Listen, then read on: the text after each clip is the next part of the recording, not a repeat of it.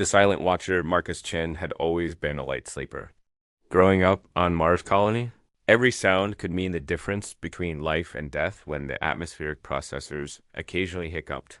So when he woke at 00 hours on colony, station Kepler 4 2b, his body knew something was wrong before his brain caught up. The soft hum of the life. Support systems continued their steady rhythm. The air recyclers whispered their familiar song. Everything seemed normal in his modest quarters aboard the terraforming station, but Marcus felt eyes on him. The kind of awareness that made the hair on his arms stand up. He lay perfectly still, controlling his breathing, using techniques learned during his engineering training. Slowly, he opened his eyes just enough to see through his lashes. In the dim blue glow of his environmental controls, a figure sat in a chair beside his desk. The silhouette was clearly feminine, tall and graceful, with an otherworldly stillness that no human could maintain. Marcus knew exactly who it was. Lyra Thane, the Valdrian observer assigned to study human adaptation patterns on their colony. She had arrived 8 months ago as part of the interspecies cultural exchange program. The Valdrians were an ancient race known for their advanced technology and their curious interest in younger species. They had been peaceful allies to humanity for over 50 years, but Lyra had never been in his quarters, never been anywhere near his personal space. Their interactions had been strictly professional, limited to weekly briefings about colony progress and human behavioral adaptation. She was polite, distant, and seemed to find humans mildly interesting in the way a scientist might observe bacteria. Under a microscope, so why was she sitting in his room at 3 a.m, watching him sleep? Marcus sat up slowly, the standard issue blanket falling away from his chest. Lyra? His voice came out rougher than he intended. What are you doing here? She turned her head toward him with that fluid precision that marked her species. Even in the low light, her skin seemed to glow with a soft luminescence that was purely Valdrian. Her hair was the color of starlight, almost white but with hints of silver that seemed to move on their own. Her eyes were large and expressive, colored, a deep blue that seemed to hold the depth of space itself. I have been watching you sleep, Marcus Chan, she said simply, as if this were the most natural thing in the galaxy. Marcus felt his heart rate spike. The Valdrians were known for their direct communication style, but this was beyond direct. This was disturbing. That's Lyra. That's not appropriate. We have protocols for a reason.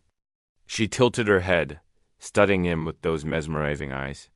I am aware of the protocols, Marcus Chen. I helped establish them for this colony.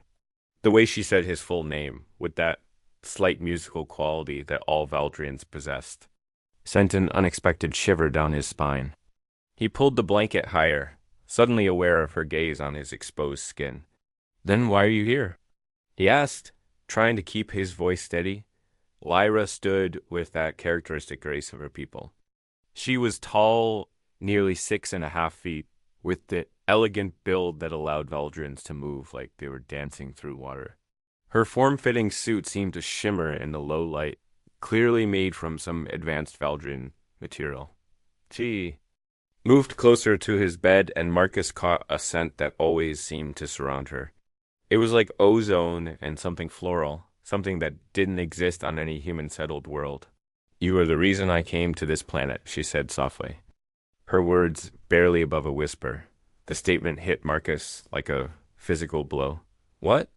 When the Valdrian Observation Council issued assignments for human colony studies, I specifically requested Colony Station Kepler 442b. Her eyes never left his face, searching for something he couldn't identify. I requested you, Marcus Chen. Marcus's mouth went dry. The implications of her words raced through his mind. Valdrian scientists were assigned to human colonies through a complex selection process that took into account their expertise, psychological profiles, and the specific needs of each colony. The idea that she had chosen to come here, chosen to study him specifically, turned everything he thought he knew upside down. That's impossible, he managed. The assignments are done by algorithm. You told me yourself that you'd never worked with humans before. A strange expression crossed her features. something that looked almost like pain. I have never worked with humans before, Marcus Chun, but I have seen your face. I have seen it in dreams that feel more real than waking. The room seemed to shrink around them as she moved even closer. Marcus could see the subtle patterns of light that moved beneath her translucent skin, could feel the warmth radiating from her body. There was something almost desperate in her expression now, a crack in the usual composed demeanor that all Valdrians maintained. I don't understand, he said, though part of him was beginning to suspect this was bigger than either of them had imagined. Lyra reached out as if to touch his face, then caught herself, her hand hovering inches from his cheek. Neither do the first, but I know that from the moment I saw your image in the colony personnel files, I could not rest. I could not focus on my assigned duties. My people, we do not experience emotions as humans do. We observe, we analyze, we remain detached. Her voice dropped to almost a whisper. You have made me feel. The weight of her confession hung between them in the recycled air of his small quarters. Marcus found himself leaning toward her, drawn by some invisible force he couldn't name. Her hand was still suspended between them, trembling slightly. It was the first truly vulnerable gesture he'd ever seen from any Valdrian. Lyra, he breathed, and something in his voice made her blue eyes widen. Before either of them could move, the soft chime of an incoming priority message echoed through the station's communication system. Marcus's personal communicator lit up on his bedside table. Breaking the spell that had formed between them, reality crashed back over them like a cold wave.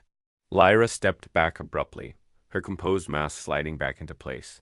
I should not have. Come here, she said, but her eyes remained fixed on his face. I should not have told you these things. Wait, Marcus called as she moved toward the door, but she paused with her hand on the control panel. There is something you must understand, Marcus Chun, she said without turning around. My people have abilities that your species does not fully comprehend. We can sense connections that transcend normal understanding. What I feel when I look at you is not simple attraction or curiosity. She turned back to face him, and Marcus saw something in her expression that made his breath catch. It is recognition. Before he could ask what she meant, she was gone, the door sealing behind her with a soft hiss. Marcus was left alone in his quarters, his heart pounding. With the faint scent of stars and the echo of impossible words, he reached for his communicator, noting that the priority message was from the colony's night shift supervisor. Atmospheric processor malfunction in Sector 7. They needed him immediately. As Marcus quickly dressed and prepared to respond to the emergency. His mind raced with questions. What did Lyra mean by recognition? How had she specifically requested assignment to his colony? And most disturbing of all, why did part of him feel like he had been waiting his entire life for her to find him? The corridors of Colony Station Kepler 442b were mostly empty as Marcus made his way to Sector 7. The station operated on a 24-hour cycle despite the planet's 31-hour day, and most of the colonists were asleep. Emergency lighting cast long shadows. As he moved through the familiar passages, he had been the chief terraforming engineer on Kepler 442b for 3 years now. The planet was slowly being transformed into a world suitable for human habitation, a process that would take decades to complete. It was challenging work, but Marcus loved it. There was something deeply satisfying about taking a lifeless rock and gradually coaxing it into a place where children could someday play under an open sky. When he reached Sector 7, he found the night shift crew gathered around the main atmospheric processor. The massive machine was running, but several warning indicators were flashing red. What's the situation? Marcus asked Chief Technician Sarah Williams. Pressure variance in the nitrogen distribution system, Sarah replied, handing him a diagnostic tablet. Started about 20 minutes ago. We can't isolate the cause. Marcus studied the readings, his mind automatically shifting into problem-solving mode. But part of his attention remained focused on what had just happened in his quarters. The memory of Lyra's presence, her words, the intensity in her eyes, All of it felt more real than the technical crisis in front of him. Marcus? Sarah's voice brought him back to the present. You okay? You seem distracted. I'm fine, he said, forcing himself to concentrate on the diagnostic data. Let's run a full system check on the distribution manifolds. As they worked to identify and fix the problem, Marcus couldn't shake the feeling that this emergency was somehow connected to Lyra's visit. The timing seemed too coincidental. In his experience, coincidences were rare in space. Everything was connected in ways that weren't always obvious. It took 2 hours to locate and repair the faulty pressure valve that had been causing the system irregularities. By the time Marcus returned to his quarters, the station's day shift was beginning to stir. He had missed any chance of getting back to sleep, but his mind was too active for rest anyway. He sat at his desk, staring at the chair where Lyra had been sitting just hours before. The memory felt almost dreamlike now, but he could still catch faint traces of her scent in the air, still feel the intensity of her gaze. Marcus accessed his personal terminal and pulled up the colony personnel files. Lyra's official record was sparse, as was typical for Valdrian observers. Born on Valdris Prime, advanced degrees in xenobiology and cultural anthropology. Previous assignments, studying various non-spacefaring species on primitive worlds. No mention of any special interest in humans or any requests for specific assignments. But that didn't mean the information wasn't there. It just meant he didn't have access to it. Marcus was about to close the file when something caught his attention. Lyra's arrival date was listed as 247 days ago, but her assignment request had been filed 312 days ago. That was almost 2 months. Before the colony had even posted the position for a Valdrian observer, she had requested the assignment before it officially existed. The implication sent a chill down Marcus's spine.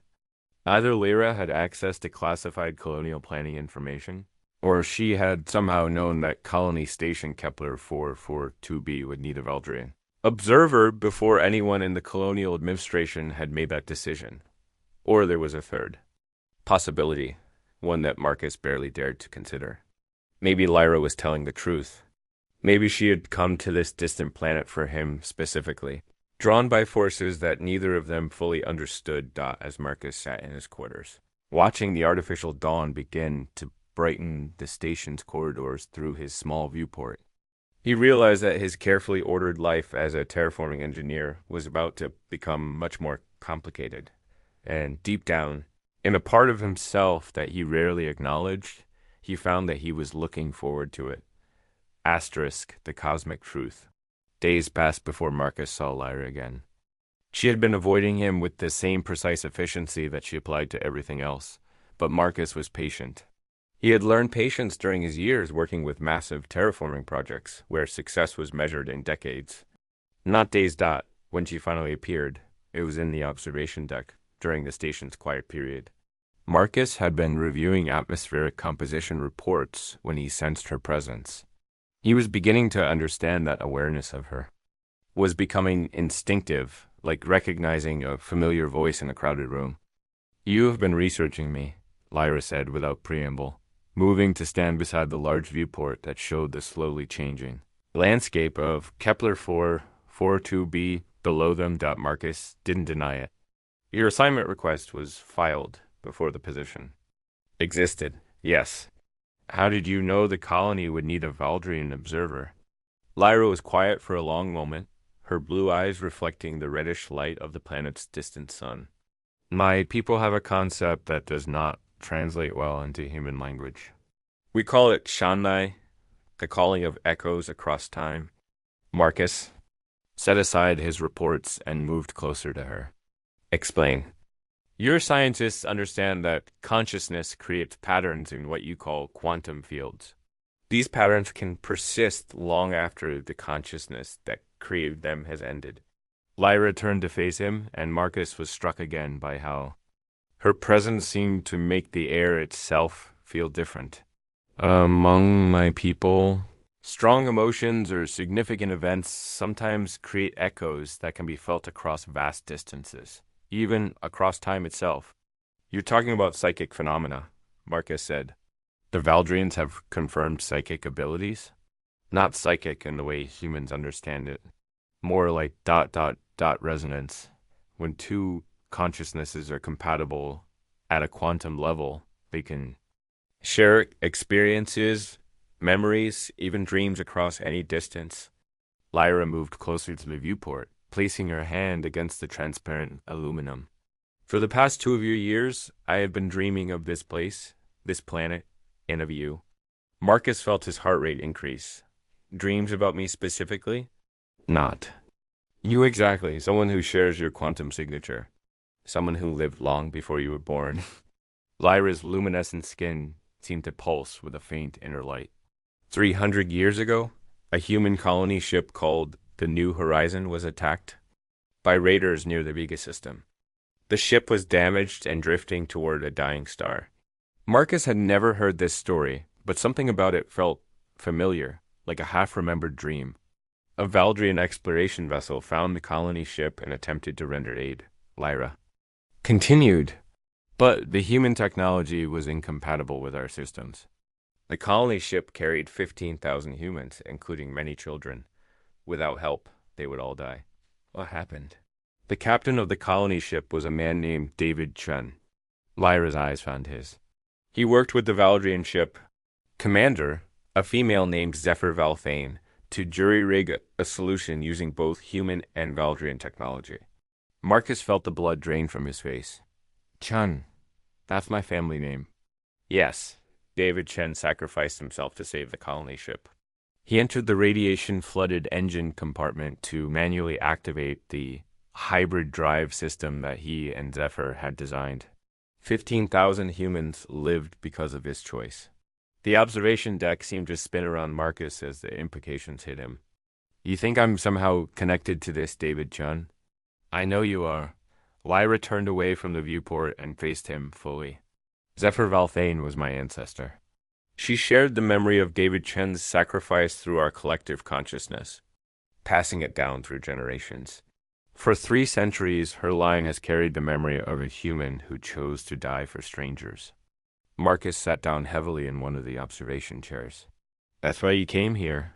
You've been dreaming about my ancestor. Not just dreaming, feeling. The connection between Zephyr and David created an echo that has persisted across time. When I saw your image in the colony files, that echo recognized you. Lyra moved to kneel beside his chair, bringing her face level with his. Marcus Chen, your quantum signature is identical to David Chen's. You are not the same person, but you share the same essential pattern of consciousness. Before Marcus could respond, an alarm began sounding throughout the station. Emergency lights bathed the observation deck in red, as Commander Janet Harrison's voice crackled over the intercom. All personnel to emergency stations. We have a critical failure in the primary terraforming reactor. This is not a drill.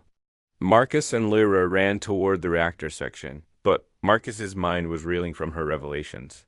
As they moved through the corridors, he found himself thinking about the atmospheric processor failure from 3 nights ago, and how naturally he had known what to do to fix it. They reached the reactor chamber to find chaos.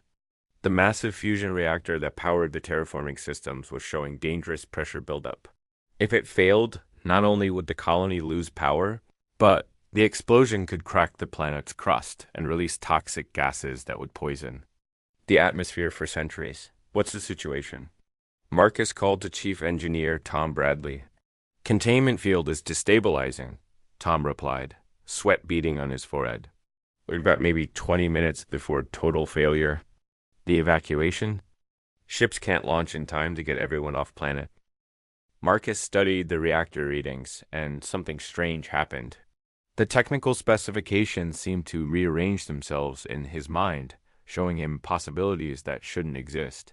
He could see connections between the human fusion technology and the Valdrian atmospheric processors that Lyra had been using for her research. We can't evacuate, Marcus said suddenly. But we might be able to stabilize the reactor using hybrid technology. Tom stared at him. Hybrid technology? Marcus, we don't have any Valdrian equipment compatible with our fusion systems. Actually, we do. Marcus turned to Lyra, who was studying the reactor with intense concentration. The atmospheric analysis equipment you brought? It uses quantum field manipulation, doesn't it? Lyra's eyes widened as she understood what he was suggesting. Yes, but interfacing it with human fusion technology would require someone to manually calibrate the quantum resonance from inside the reactor chamber. The radiation levels in there would kill anyone in minutes, Tom protested. Marcus felt a strange calm descending over him, the same feeling he imagined David Chen must have experienced 300 years ago when faced with an impossible choice. Not if we work fast enough. Marcus, no. Lyra grabbed his arm, her touch sending electric awareness through his nervous system. I will not lose you the way Zephyr lost David. You won't lose me, Marcus said, covering her hand with his. For the first time since she had told him about the quantum echoes, he felt completely certain about something. We're going to do this together. The radiation will kill you both, Tom said. Not necessarily. Lyra's scientific mind was working through the possibilities. If we maintain physical contact, I can use Valdrian neural disciplines to shield. Both are conscious from radiation damage long enough to complete the calibration. Marcus nodded. It was insane, but it felt right in a way that transcended logic. How long do we need? Tom ran calculations on his tablet. If your hybrid approach works, maybe 5 minutes to manually synchronize the quantum fields with the fusion containment system. 5 minutes in a radiation environment that should kill them into.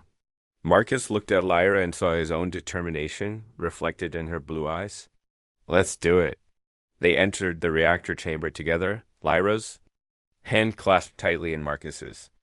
The moment they crossed the threshold, Marcus felt the neural connection between them strengthen. It was like diving into warm water, like coming home after a long journey.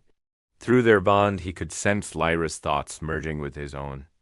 Her Valdrian discipline creating a protective shell around both their minds. The work was incredibly complex, requiring Marcus to interface human fusion controls with Valdrian quantum field generators while Lyra maintained the neural shielding. That kept them alive. But together they moved with perfect synchronization as if they had been working as a team for years instead of minutes. Through their connection, Marcus caught flashes of images from Lyra's inherited memories. He saw David Chen and Zephyr, Valthane working together in the engine room of the New Horizon, their hands moving in the same synchronized patterns that he and Lyra were using now. It's working, Lyra whispered, her voice strained from the effort of maintaining their neural link. The quantum fields are stabilizing. Marcus felt the fusion reactor respond to their adjustments, the dangerous pressure buildup beginning to equalize, but he also felt the radiation beginning to overwhelm Lyra's mental shields. They had perhaps 30 seconds before the protective barrier collapsed.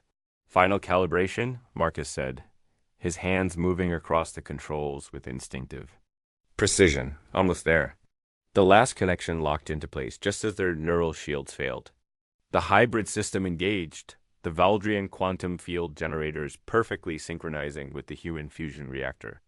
The dangerous pressure readings dropped to safe levels as the two technologies merged into something greater than either could have achieved alone.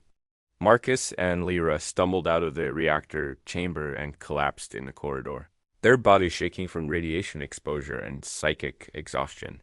But they were alive, and the colony was safe. Medical teams to reactor. Level 7, Commander Harrison's voice called over the intercom. And someone explained to me how the hell that worked. As the medical team checked them for radiation poisoning, Marcus and Lyra remained connected through their quantum bond. He could feel her thoughts, her emotions, her profound relief that they had both survived. So what happens now? Marcus asked her quietly as the medics declared them surprisingly healthy considering their exposure.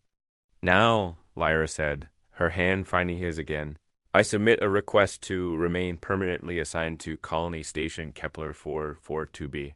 My people will want to study what we accomplished here. The successful integration of human and Valdrian technology. Marcus smiled. And the dreams? The echoes? The echo has been fulfilled, Lyra replied. David Chen and Zephyr Valthane's sacrifice has led to something new. A connection between our species that goes beyond simple cooperation. She squeezed his hand. We are writing a new chapter in the quantum resonance, Marcus Chin, one that our descendants will carry forward. As they walked together through the corridors of the station, Marcus realized that his life as a simple terraforming engineer was over, but what was beginning felt like the start of something much larger. The first human-Valdrian quantum bond would change everything about how the two species interacted. And it had all started with an alien woman watching him sleep, drawn across the galaxy by forces that transcended time and space themselves. The terraforming of Kepler 442b would continue, but now it would be a joint effort. Humans and Valdrians working together using hybrid technologies that neither species could have developed alone. Other colonies would want to replicate their success, and Marcus and Lyra would be at the center of a new age of interspecies cooperation. I have one more question, Marcus said as they reached his quarters. Yes, that first night when you said you'd been watching me sleep. How long have you really been doing that? Lyra's luminescent skin flushed with what Marcus was learning to recognize as embarrassment.